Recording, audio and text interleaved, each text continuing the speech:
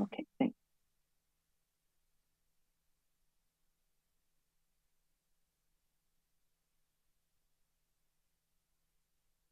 Okay, good evening. Tonight's Committee of Adjustment hearing is being held by video conference and live streaming video on the town's live stream webpage at oakville.ca. This is a hearing to consider applications for minor variance and consents held under the authority of the Planning Act. Please keep in mind the intent of this process is to review the application that is before the committee, listen to the evidence, and then make a decision. This process is not intended to be used to resolve any concerns or disputes that may exist between the town, individuals, or organizations. If a request for a deferral is made and the committee grants such a request, the applicant or authorized agent must contact the Secretary-Treasurer to schedule a new hearing date. In order to conduct an effective and efficient electronic hearing, we have adopted the following process. If you are watching the live stream of this hearing on oakville.ca, and if you wish to speak to an item on the agenda, you can call 905-815-6095. Again, that's 905-815-6095. The phone number is also posted on the screen below the live stream page at oakville.ca. Staff will be standing by to take your call. When you call in, staff will ask your name, item number you wish to address, and your telephone number. Further instructions will be provided for you to call back to join the video conference. When the chair of the committee polls for interested parties, press *6 to unmute yourself. The applicant or agent will be given the opportunity to briefly explain to the committee the basis of their application and answer any questions that may arise. A maximum of 5 minutes will be provided for a presentation. You will need to state your full name and address for the record. Any submissions beyond the 5 minutes will be at the discretion of the committee. All delegations must also state their full name and address for the record. A maximum of 5 minutes will be provided to make the presentation. All remarks and questions are to be directed to the chair, and any submissions beyond the 5 minutes, again, will be at the discretion of the committee. The applicant agent will then have a further 5 minutes to respond to any concerns made by interested parties and answer questions from the committee members. If the applicant or agent has any concerns found with the staff report, particularly with the proposed conditions, this will be the opportunity to advise us. The matter will then be taken into committee for a decision. This will mark the end of all discussions. Any person desiring a notice of the decision for an application must provide a written request, preferably through email, to the Secretary-Treasurer. Written notice of the committee's decision will be mailed no later than 10 days for minor variance and 15 days for consents to the applicant and or agent, and any other person who has filed a written request for such notice. The last date to appeal the decision to the Ontario Land Tribunal will be noted on the decision. Only the applicant and specified bodies or public bodies may appeal the committee's decision to the Ontario Land Tribunal. Please note that in November of 2022, the Bill 23 legislation, the More Homes Built Faster Act, amended the Planning Act to remove appeal rights for members of the public. If no appeal is received within the prescribed timeframe, the decision of the committee becomes final and binding, and the Secretary-Treasurer will then notify the applicant and anyone who received a copy of the decision through written correspondence. People participating in this hearing are to be courteous to and respectful to the members of the committee, town staff, and the other people participating in the electronic hearing. Tonight's electronic hearing is being video recorded and available for future viewing at oakville.ca. Thank you.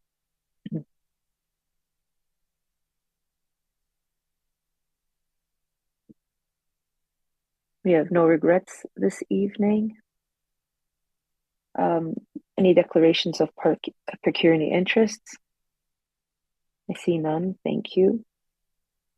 Madam Secretary-Treasurer, I will now take deferrals or any requests for withdrawals of applications. Anyone in the audience who is in attendance and wishes to withdraw or defer an application to further work with staff, please raise your hand and the Secretary-Treasurer will invite you in to speak. Madam Chair, we have one hand up.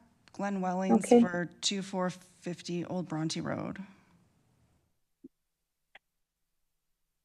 That's application 106 of 2025, 2450 Old Bronte Road.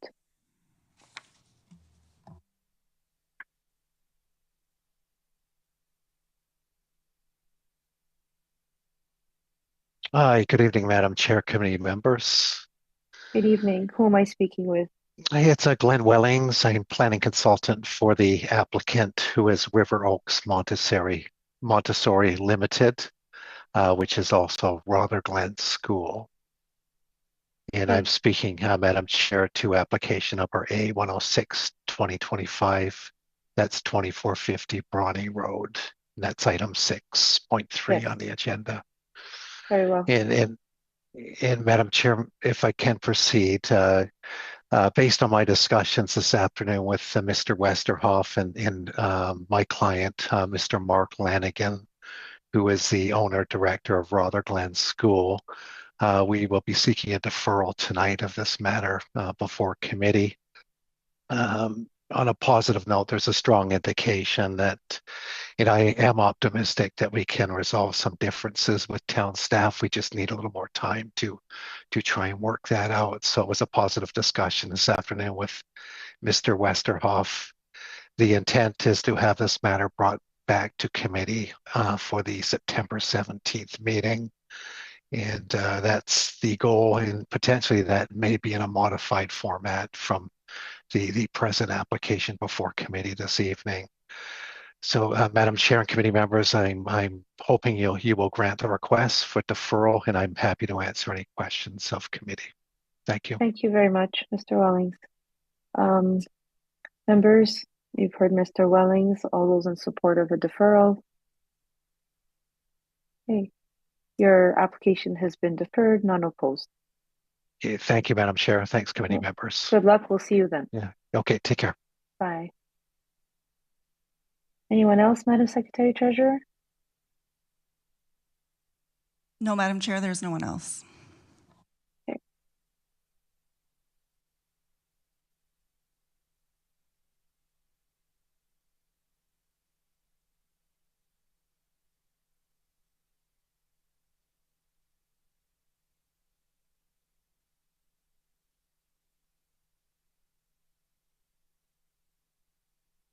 Okay. We have no consent applications. We'll start with the first item on our agenda. Excuse me. Item 104 of 2024 at 2280 Chancery Lane.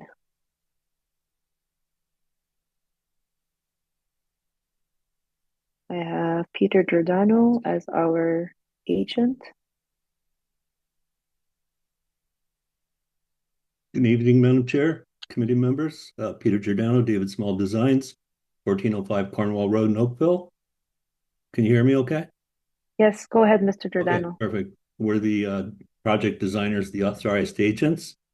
Can I ask the moderator just to advance the presentation to slide 4, please? We're here today requesting your consideration on 4 variance items.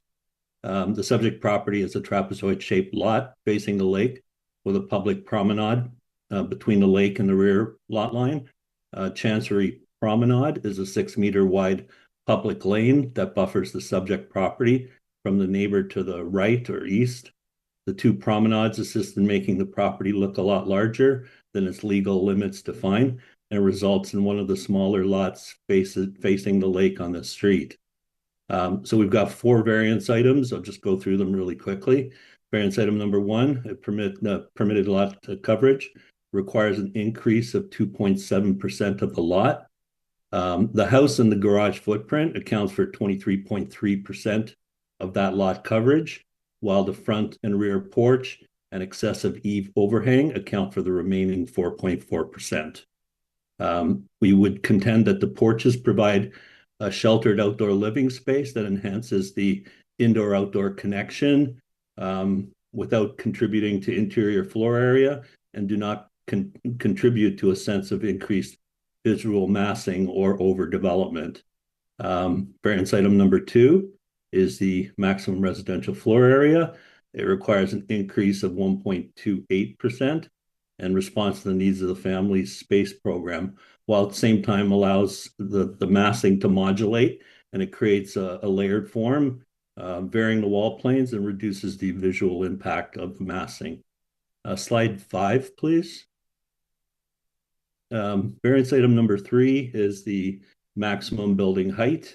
We have 5 slides here, 5, 6, 7, 8, and 9. You can leave it here for now.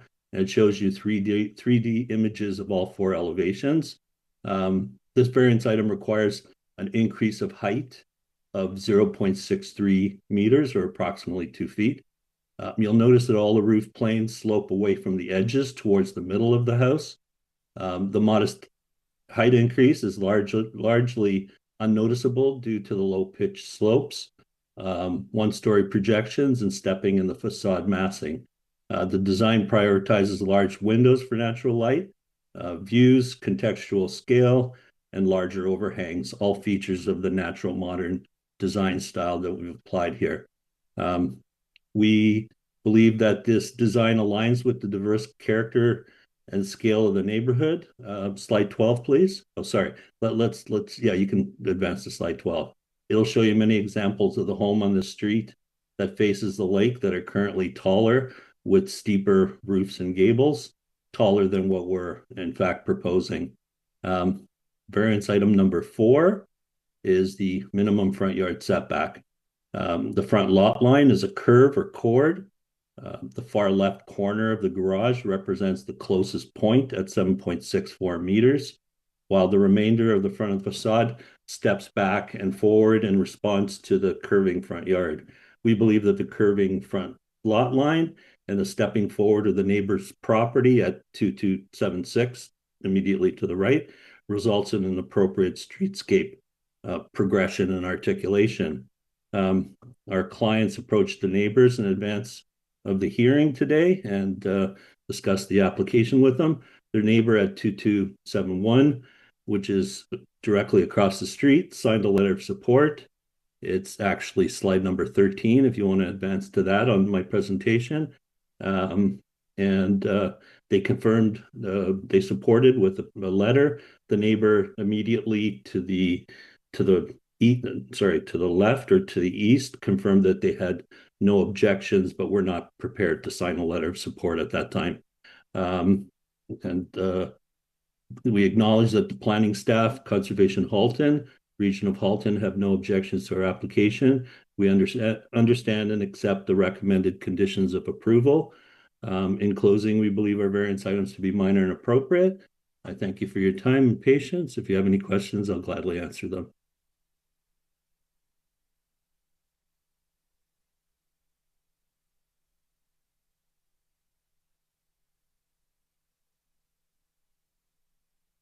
Thank you, Mr. Giordano.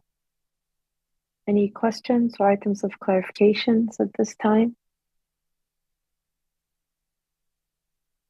Okay, I see none. Is anyone called with interest for this application, Madam Secretary Treasurer? No, Madam Chair, there have been no calls. Very well. Ready to entertain a motion then. Go ahead, Ms. Price. Taking into consideration my site visit, the agent's detailed report and staff's comments, as well as there being no letters of opposition, I'm in the opinion that the application is minor in nature and is in keeping with the general intent and purpose of the official plan and zoning bylaw, and is desirable for the appropriate development of the land. Stepping back portions of the second floor and choosing exterior architectural facade treatments have helped reduce any potential massing and scale impacts it might have on abutting properties. As the application appears to meet the 4 tests of the Planning Act, I recommend the application be approved subject to the following conditions. The dwelling be constructed in general accordance with the submitted site plan dated June 19th, 2025, and elevation drawings being dated June 23rd, 2025. The approval expires 2 years from the date of the decision if a building permit has not been issued for the proposed construction. Very well, thank you, Ms. Price. Is there a discussion on this recommendation? Okay, I see none. All those in support? Okay, the application has been approved, none opposed. Terrific. Thank you. Have a great night. Have a good night.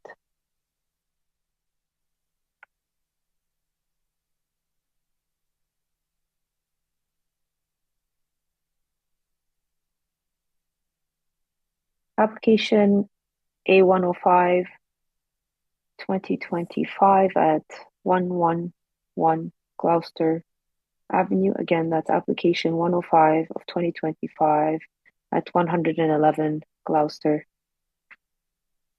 Avenue. We have Mr. Richard Mann as the representing agent.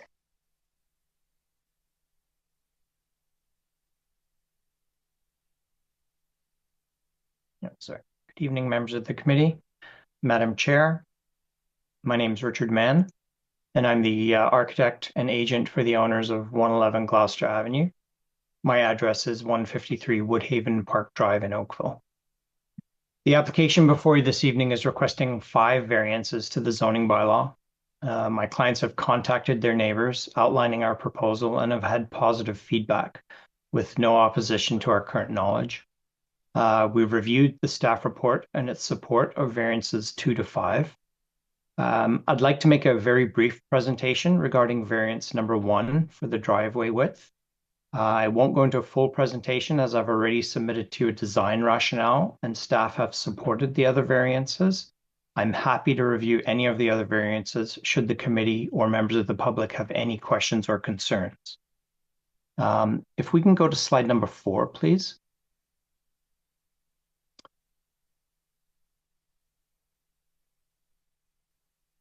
The intention of driveway width variance is to allow a vehicle to exit the property in a forward manner. This design is a design that my clients would like to utilize for their safety rather than backing into a fairly busy street that's quite close to the intersection of Lakeshore Road. Planning staff have identified the visual prominence of the parking surface area, the extension of the hammerhead past the garage face, and the reduction in landscaped area as primary factors in their evaluation, causing the variance to fail the 4 tests of the Planning Act. In this diagram, I'm showing that the driveway on the right is 9 meters wide for the full width to the property line. This driveway would meet the requirements of the zoning bylaw. The driveway that conforms to the zoning bylaw is actually larger in surface area than the one that we're proposing on the left. The driveway being proposed is narrower along its length. It has the hammerhead projection, and the overall net effect is that it actually provides more landscaped area and less parking surface area in the front yard than what could be allowed. It's on this basis that we feel that the application for the driveway width, along with the other variances, does meet the 4 tests of the Planning Act. It maintains the general intent and purpose of the official plan and the zoning bylaw. It's desirable for the appropriate development of the subject lands, and it's minor in nature. I thank you for considering our application, and should you have any questions, I'd be happy to answer them. Thank you. Okay, thank you, Mr. Mann. Are there any questions or items of clarification of Mr. Mann? Go ahead, Mr. Dickey. Thank you, Madam Chair. I know the planning department had concerns about the driveway. I see your point, and I sort of agree with that. I have concerns about the lot coverage, though, which obviously the planning department didn't. I look at the house, and you can correct me if I'm wrong, but from what I read from the project statistics, the house itself covers 29.5% of the lot, whereas the zoning bylaw only allows 25%. So you've exceeded the zoning bylaw just on the house alone. Then you have some porches that add another 3% or so. I find that's excessive. I don't think that's minor in nature, in my opinion. The fact that you're coming forth with 5 variants is a sign to me that makes me wonder if what you're proposing can fit on your lot. But I'm most concerned about the lot coverage. So if you can convince me that my concern is not warranted, please go ahead. One of the mitigating factors in both the lot coverage and the gross floor area is, and in my design rationale, if we can go to slide, we can actually go down to slide 11 first, and you'll see in the livable Oakville in the official plan, Gloucester Avenue, there's a note number 1, which says there's no change from the existing right-of-way, which means our particular property does have a it has a right of way, it has a road widening that's been taken off the front of the property. So that's approximately 6% of the lot area. And that has affected both the lot coverage and the gross floor area. If that area of lot, which is it's on paper, when you walk up and down the street or drive up and down the street, no one sees that that road widening. If that had been included in the lot area, we wouldn't require a gross floor area variance, and the lot coverage for the whole property would be somewhere in the order of about 30%. So it's significantly less than what we've applied for. So it's sort of our contention that that road winding has had a significant effect on the calculation of those numbers. I saw that, but when you look at the survey, it indicates that the lots to the left and right of your property also has a road widening taken off of it. And I assume just from the being familiar with how registry office numbers are, that lot, that road widening was taken off years ago, not unless your purchaser. No, correct. That was one of the, I mean, it's an older road widening. The property to the north also had it taken off, and they also went to Committee of Adjustment back in 2008, both for coverage and for gross floor area. So they were affected by a similar, the similar sort of effect of reducing that lot area. To me, your purchaser probably bought it when that was gone. So we bought a lot that was a certain size. So I don't see the relevance of that fact. No, it was taken off to widen the road. I mean, logically, to eventually widen the road when all the road widenings are taken. No, correct. I mean, from our perspective, it's less about what you see on paper versus the numbers, and what it is in terms of the context. So the context of the size of the property, if it were a lot that's 2 lots up that doesn't have the road widening taken off it, and therefore has the availability of that lot area in their calculations. So the idea is that, you know, the variances that we're requesting, when viewed in context with the neighborhood, are they're exacerbated by the fact that we have the road widening taken off.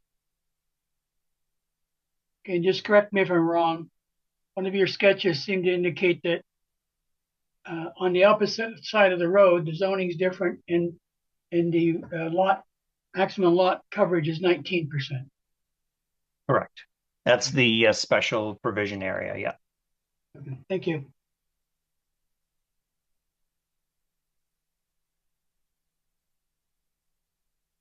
Any further questions?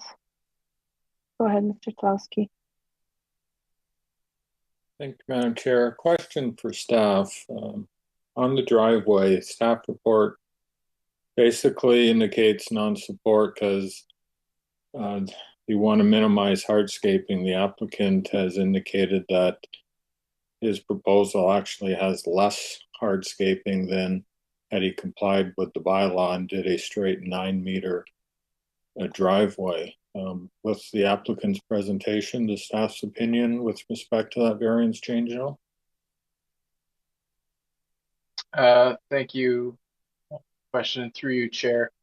Just to clarify, I believe in the staff report there were 2 sort of critical pieces of information. One to do with the front yard hardscaping or landscaping availability, but also the established front yard pattern along the street is also another thing that staff commented on with respect to concerns of the hammerhead. But yes, to answer your question directly, seeing the visual that Mr. Mann prepared, I can see that there is a difference between what is permitted as of right at a 9-meter width driveway versus what they're proposing with a 10-meter width in a certain element and a smaller reduced width throughout the rest of the driveway. But I will bring your attention to the staff report, which talks about the established front yard pattern along the street and that neighborhood character. Thank you. Any other questions?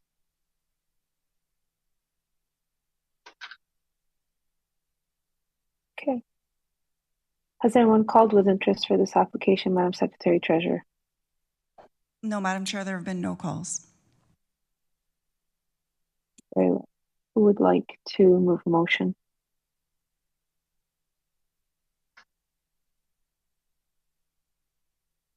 Okay, go ahead, Mr. Tarowski. Thank you, Madam Chair. Madam Chair, I've been persuaded by the applicant's presentation in this matter. So I'm going to move that this application be approved as applied for, finding that it meets the 4 tests of the Planning Act. And note that there was no objection from the community. The applicant's showing a driveway at 6 meters when it could be 9 with a hammerhead, which looks larger than the variance actually would be if they'd done the whole 9 meters on that side. I think from the sketch, the hammerhead would only be an extra 1.5 meters wider than the rest of the driveway. I don't see an impact from that. I do recognize also the safety concern that's being addressed, given that it's near the corner of Lakeshore. You can't park a car in that hammerhead. We've seen the town support other variances for driveway widths where additional parking space is not provided. I'll also acknowledge Mr. Dickey's comments on the coverage. He's absolutely right. The lot is what it legally is, not what it once was or could be. But having said that, I don't see a variance or an impact being caused by the variance. So, Madam Chair, again, I'm going to move that the application be approved as applied for, approving all variances, subject to the dwelling being constructed in general accordance with the submitted site plan dated May 30th, 2025, and elevation drawings dated June 13th, 2025, and that the approval expires if a building permit hasn't issued within 2 years. Very well, thank you, Mr. Tarowski. Is there a discussion on this recommendation? Mr. Hardcastle. Thank you, Madam Chair. I'll just take a moment to support the comments of Mr. Tarowski. The compelling pieces for me, like with him, the inability to utilize the hammerhead for additional parking, so it will truly function like a turnaround, and the analysis done by the applicant are compelling to me. So I will be supporting the motion on the floor. Thank you. Anyone else? Go ahead, Mr. Dickey. Thank you, Madam Chair. As I said, I would support the motion on the hammerhead, but I have a concern, as I mentioned, about the lot coverage, so I would be voting against this approval. Thank you. Okay. All right. If there are no further comments, the motion before us is to approve the application that is before us, including all variances, subject to the conditions read forth by Mr. Tarowski. All those in support? All those opposed? Thank you. Your motion, your application has been approved. One opposed. Thank you, members. Have a great evening.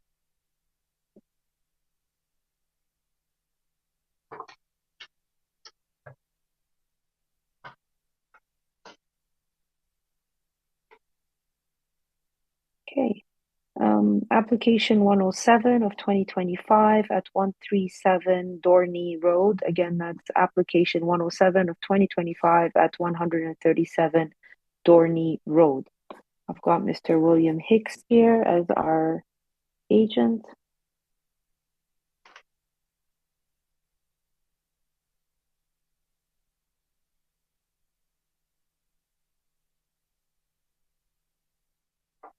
Sorry, I forgot my video.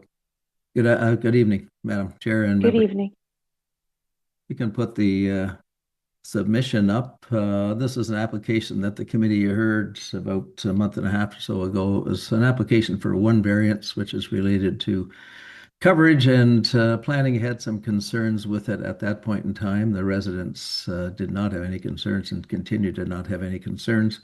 But we did go back to planning, and we also took some comments from the one or two of the members of the committee in terms of the verticality of the front elevation. And what we did is, if we can go to the next page, I'll come back to this rendering later.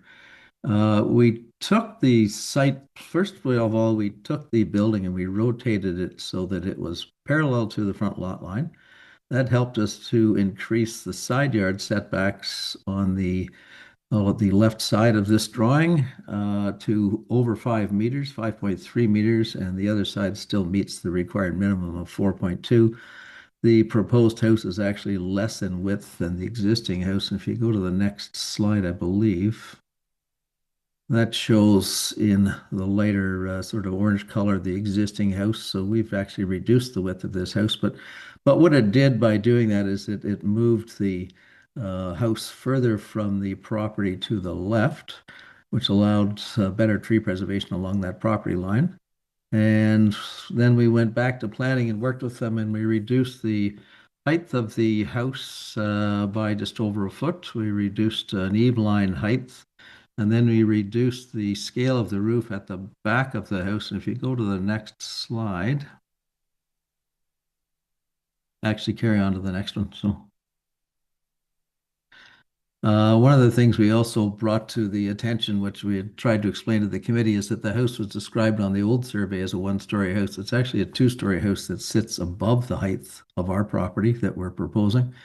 So with our roof heights reduction, and we actually had the measure of the existing house that's there, even though ours is a full two-story, and this could be described as a partially buried two-story, our roof height is literally within 3 feet or less than 3 feet of the height of the adjacent house to the north. So planning seemed to be satisfied that we did in fact meet the objectives of the streetscape guidelines and the infill guidelines. And if you go to the next slide, actually we'll skip past that one.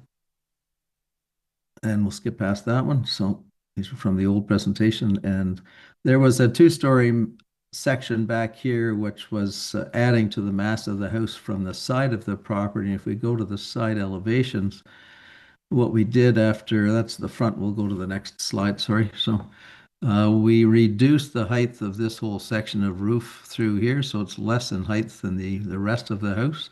It reduced the mass adjacent to the house that is immediately to the north of it, and now our roof line basically aligns with the house that's to the north of it. And then if we go back one slide, some of the members of the committee had been concerned with the two-story verticality, and maybe it's better to just go to the rendering that's 2 slides past this. I think it's a comparison of the original is on the lower left, where we had 2-story full height windows, more than 2-story full height windows. And I remember, I think it was Mr. Dickey was concerned that it just made it look too vertical.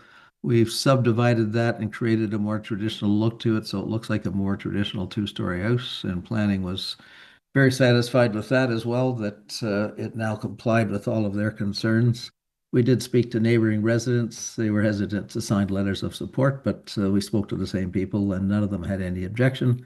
And I don't believe that anyone has written any letters in or communicated with us further beyond that. So with that, I agree with planning's comments. Certainly, I'm fine with their conditions that it be attached to the plans, and that we think that we've undertaken enough, and thank you for planning for working with us, but we think we've done enough to mitigate the appearance of the house to satisfy the request for 31.77% coverage versus the allowable 29%. With that, I'll leave it open to the members. Thank you, Mr. Hicks. Questions from the members to Mr. Hicks? Okay, and has anyone called in with interest for this application, Madam Secretary Treasurer? No, Madam Chair, there have been no calls. Okay. Who would like to move a motion? Go ahead, Mr. Dickey. Thank you, Madam Chair. Based upon my review of the owner's application, the site plans, the building elevations, the presentation by the owner's consultant, and the planning staff's report, I am satisfied that the variances are minor in nature and conform to the 4 tests under the Planning Act.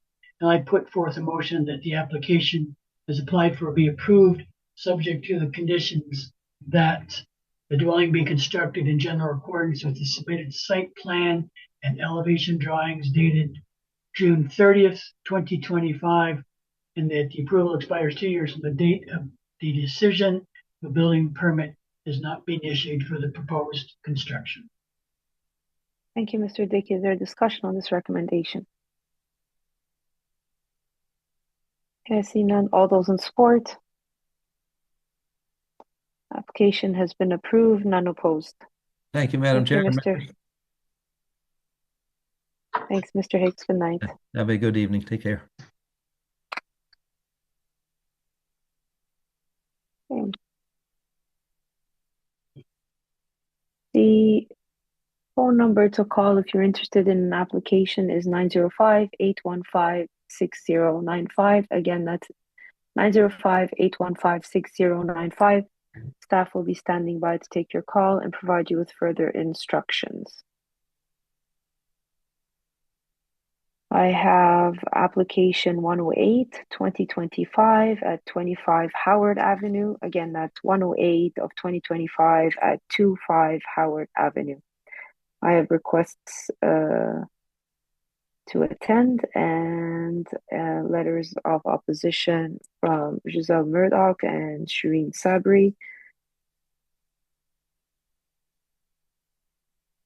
And I have Mr. Dome as the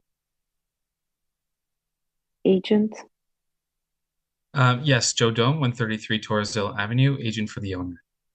Very well. Go ahead, Mr. Dome. The owner would like to construct a new 2-story dwelling to accommodate family needs. There's one variance requested for floor area, 46.8% over the 41% bylaw. We have gone through the pre-consultation process, and the drawings have been revised in accordance with planning staff and urban design staff recommendations. And as a result, staff have no objections to the application. A lot of attention has been put into the design of the dwelling to mitigate impact. Lot coverage, height, and all setbacks meet the bylaw. There are varied roof lines and use of different materials proposed. On the east side and at the rear, the second story is stepped back considerably. The second story portion over the garage also incorporates a lowered height. I will note that on the east side, only the second story portion over the garage, which is a portion of 7 meters in length, is at the bylaw 1.2 meter setback. And while behind that portion, the side main wall on both floors is actually set back considerably further, adding a garden in the space. Then at the rear, transitioning back to a 1-story portion of the dwelling at a 1.2 meter setback, and the second story step back, still step back. So all of these design elements do help to mitigate impact and transitioning to the neighboring dwelling. And the rear covered porch is also designed to not extend past the neighboring rear porch at number 29. We have read and appreciate the comments on file from the 2 area residents. And to speak to these comments, I'd like to just highlight that the drainage conditions would be addressed to the city's satisfaction during the required scope site plan process, as noted in the staff report, and also that the proposed lot coverage, part of the intent of which is to regulate drainage, does comply with the bylaw. And overall, we feel the application is reasonable and minor in nature, and I'd be happy to answer any questions you may have. Thank you, Mr. Dome. Does anyone have any questions for Mr. Dome at this time? Is there anyone who raised their hand to speak to the matter of this application, Madam Secretary Treasurer?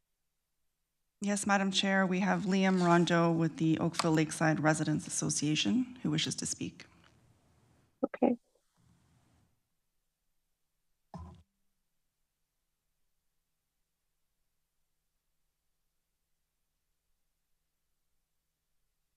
Go ahead, Mr. Rondo. Good evening, members of the committee. My name is Liam Rondo, and I'm speaking on behalf of the Oakville Lakeside Residents Association regarding the minor variance application at 25 Howard Avenue, which seeks to permit a gross floor area of 46.8% where 41% is allowed, and we respectfully submit that the proposed variance does not satisfy all 4 tests of the Planning Act, and I will go through them now. So number 1, is the variance minor in nature? We don't believe so. While the numerical increase is 5.8 percentage points, that actually represents a 14% increase over the permitted GFA, which is a material departure from what the zoning bylaw allows. The proposed home presents a monolithic front elevation in some areas, particularly above the garage, with little relief or depth to reduce the visual scale. This is not in keeping with the rhythm of the street, where neighboring homes such as 11, 29, 32, and 33 Howard demonstrate a more sensitive approach to massing, with more sloped roofs, dormers, larger porches, and significantly stepped back second-story elements that break up the facade and reduce the dominance from the street. Second, is it desirable for the appropriate development of the land? While the applicant has included some variation in gables and materials, the overall bulk remains significantly larger than surrounding homes, in our opinion, creating a visual imbalance on the streetscape and risking encouraging similar overbuilding that shifts the character of the street. Notably, Howard Avenue is defined by a relatively modest, well-articulated homes, and those are even newly built homes. Third, does it maintain the intent of the zoning bylaw? The GFA limit is not arbitrary. It exists to regulate massing and ensure compatibility within established neighborhoods. This is a regular rectangular lot with no unusual constraints, and approving a 14% increase over the allowed GFA without strong justification, we believe, sets a concerning precedent. It's not an incidental overage, and it's a material departure from the zoning standard, and it also weakens the bylaw's authority moving forward in our neighborhood. And last, does it maintain the intent of the official plan? The Livable Oakville plan emphasizes compatibility, stable residential character, and sensitive infill, and this proposal, by virtue of its size and scale, as viewed from the street, does not, in the opinion of the Residents Association, meet those principles. The elevated height of the front entry, coupled with the sheer vertical mass of the garage, exaggerates the building's presence from the street, and without contextual rendering showing the home alongside its neighbors, it's hard to believe that it integrates sensitively with the built form around it. So in conclusion, we urge the committee to refuse the application as proposed, or at the very least defer the decision until a revised design is brought forward that more closely aligns with the permitted GFA and better reflects the character of Howard Avenue. Thank you for your time and consideration. Thank you, Mr. Rondo. Any questions from the members of the committee? Go ahead, Mr. Talowski.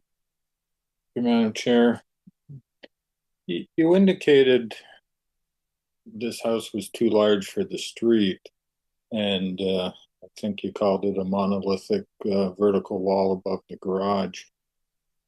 My site visit, other than the house immediately to the south, every house on the street is significantly larger than this one, and the house to the north would already has what I'd call, to use your words, a monolithic vertical face with no attempt to set back the mass over the garage. So I'm a little confused as to why the concern on this house.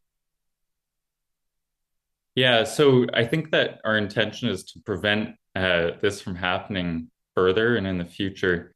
The second story is the most significant concern. The house that you're referencing to the north has a flat rise from the garage. However, to the north of that section, it's significantly stepped back with very little impact on the street. Whereas this house, the impact from the street, we believe, will be much larger. Thank you. Any other questions? Okay. Has anyone else shown interest in speaking, Madam Secretary Treasurer? No, I don't believe so. There's no hands up and no calls have come in. Very well, thank you. Okay, having considered everything, who would like to move a motion? Go ahead, Mr. Hardcastle. Thank you, Madam Chair. Having undertaken my site visit, having reviewed the materials, including the written staff report, and the presentation from Mr. Dome, having heard the comments from the concerned residents, the landowners group, homeowners group, my apology, and having heard the commentary, I'm of the opinion that the requested variance conforms to the four tests of the Act. I feel that the architectural design of the building works to break down the massing of the building, and it's a sensitive design in the context of the area. Furthermore, I believe that the concerns that were raised in one of the resident letters of objection with respect to storm drainage can be appropriately addressed as noted within the staff report within the scoped site plan process under Bill 97. So as far as the committee's decision-making around the RFA variance, I do believe that the four tests have been addressed, and I will put forward a motion of approval subject to the two conditions proposed by staff, those being that the dwelling be constructed in general accordance with the submitted site plan and elevation drawings dated June 20th, 2025, and that the approval will expire within 2 years of the date of the decision if the permit has not been issued. Thank you. Thank you, Mr. Hardcastle. Was there discussion on this recommendation? Mr. Talowski, go ahead. Thank you, Madam Chair. I'm just going to add to that I think the applicant's done an excellent job of preserving the integrity of the original traditional design, albeit with a modern take to it. And I believe this is going to be more compatible than some of the other recent builds on the street. I tend to agree. Anyone else? Okay, very well. The motion before us is to approve the application as set before us under the conditions read forth by Mr. Hardcastle. All those in support? Okay. None opposed. Your application has been approved. Thank you very much.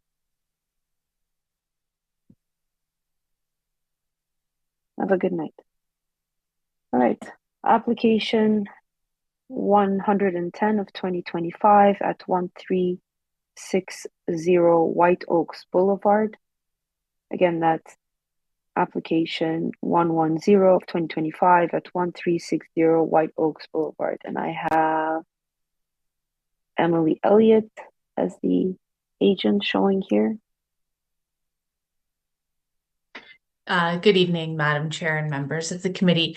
My name is Emily Elliott, and I'm with MHBC Planning. I'm the applicant with respect to the minor variance application for this property.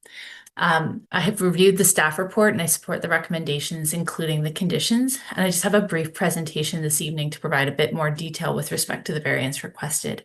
If you could go to the next slide, please. The lands are a 3.2 hectare parcel with frontage on Trafalgar Road, Marlborough Court, and White Oaks Boulevard. The lands currently contain a one-story commercial plaza, a drive-through restaurant, and 2 rental apartment buildings that are 16 and 18 stories in height. Parking for the residential uses is provided in an underground parking structure, and there are some surface parking spaces as well. Throughout the site, there's pedestrian paths that connect the site with itself and to adjacent surrounding streets. The residential component of the development also includes amenity space for the tenants.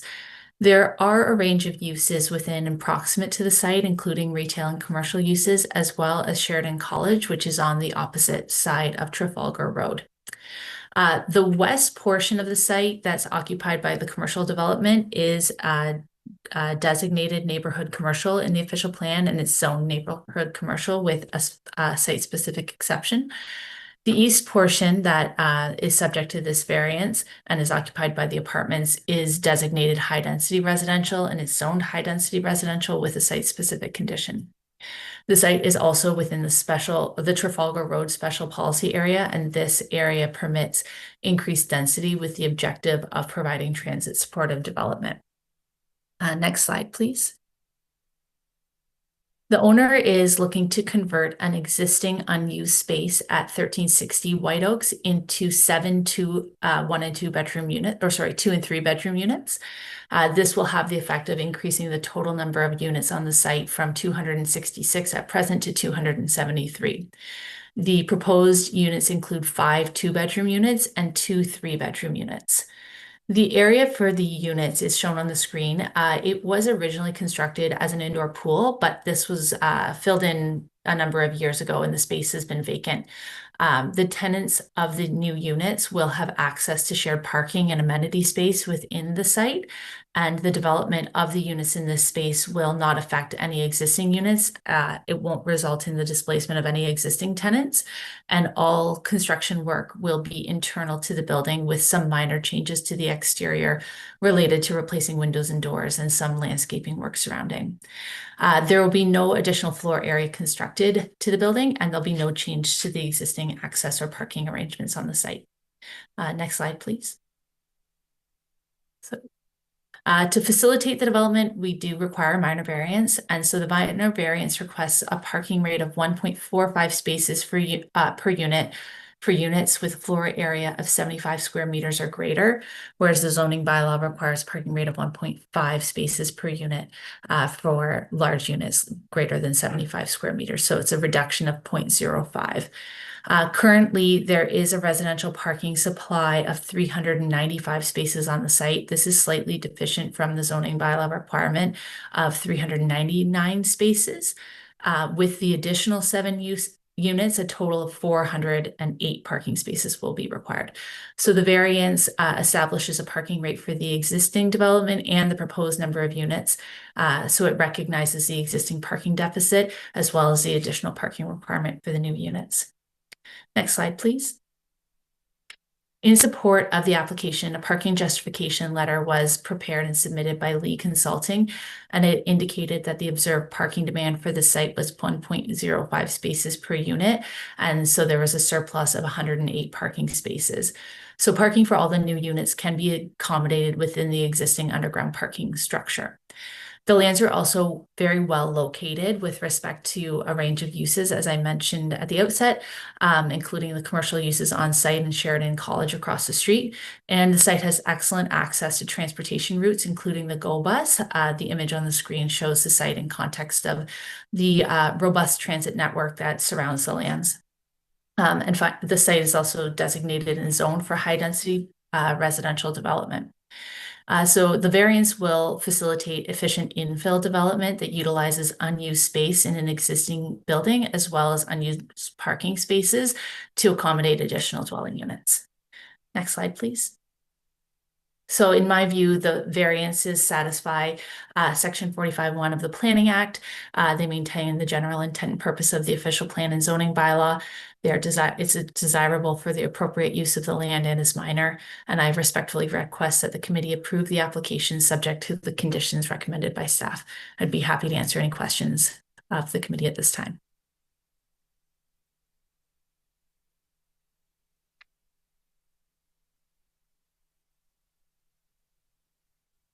Sorry, I was on mute. Thank you, Ms. Elliott. Any questions of Ms. Elliott at this time? Okay, I see none. Has anyone called with interest for this application, Madam Secretary Treasurer? No, Madam Chair, there have been no calls. Okay, very well. Who would like to move a motion with respect to this matter? Go ahead, Ms. Price. Excuse me. After reviewing the agent's report, staff's report, and the consultant's report, I agree with staff that the existing parking supply will continue to be sufficient for the proposed development of an additional 7 dwelling units. Based on the presented documents, I am of the opinion that the requested variance maintains the general intent and purpose of the zoning bylaw, and the variance is minor in nature and appropriate for the development of the site. In conclusion, I recommend the application be approved, subject to the following conditions. The proposed dwelling be constructed in general accordance with the proposed floor plan dated May 28, 2025, and that the approval expires 2 years from the date of the decision if a building permit has not been issued for the proposed construction.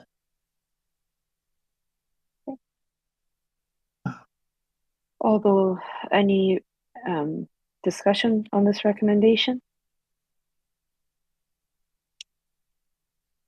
None. All those in support? Okay. The application has been approved, none opposed. Thank you very much. Have a good evening. Okay. The last application of the day is application 070 of 2025, deferred from May the 28th of 2025 at 376 Rebecca Street. Again, that's application 070 of 2025 at 376 Rebecca Street. I have Hamid Imami and Tulsi Lassi as the application agents. Go ahead, Mr. Imami. Good Chair and members of committee. My name is Hamid Imami, authorized agent presenting the owner. Requesting 2 minor variances to permit a new 2-story detached dwelling. The minor variances held on May 28th, 2025. We defer that to have discussion with the staff and address all of their concern. The key revisions to the proposal was decreased in the residential floor area. On May 28th, it was 42.7%, and now it's 41.03%, 1.67% decrease. And the allowable RFA is 38%. Also reduced building footprint to improve drainage and stormwater runoff. Then the lot coverage reduced from 27.7% to 26.83%. And the allowable lot coverage is 25%. There's other concerns about the front porch. We lowered it from 2 stories to 1 story. And it introduced some kind of like setbacks on the portion of the second floor that reduced the massing of the total building. Also reduced the height of the work window from 2 story to 1.5 story at the rear elevation of the building. With all of those 5 changes, the town planning staff support the revised applications. Thanks to Brian and rest of the team who helped to address all of those concerns. I'm happy to answer any questions of the members. Thank you, Mr. Imami. Any questions of the applicant at this time? Okay, I see none. Has anyone called with interest for this application, Madam Secretary Treasurer? No, Madam Chair, there have been no calls. Okay, thank you very much. Who would like to move a motion? Go ahead, Mr. Talowski. Thank you, Madam Chair. It's always nice to see the applicant defer and work with staff to come to a solution. Although this design is still of a significant mass, I guess context is everything, and in relation to particularly the house to the west of it, this house will look small by comparison.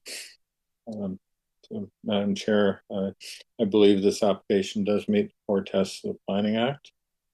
I don't see there being an impact being caused by the variances, and I would move approval subject to the dwelling being constructed in general accordance with the submitted site plan and elevations dated June 23rd, 2025, and that the approval expires within 2 years if a building permit has an issue. And I would note there was no opposition from the community. Thank you, Mr. Talowski. Is there a discussion on this recommendation? I see none. All those in support? Okay, the application has been approved, none opposed. Thank you so much. Have a great evening. You as well.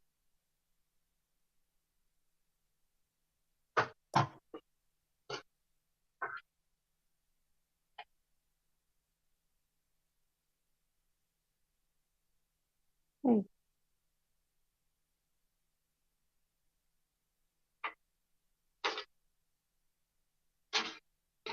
We have minutes to confirm for July the 23rd. Who would like to confirm these minutes? Ms. Price, thank you. And motion to adjourn. Welcome back, Mr. Hardcastle. We are adjourned at 8:01.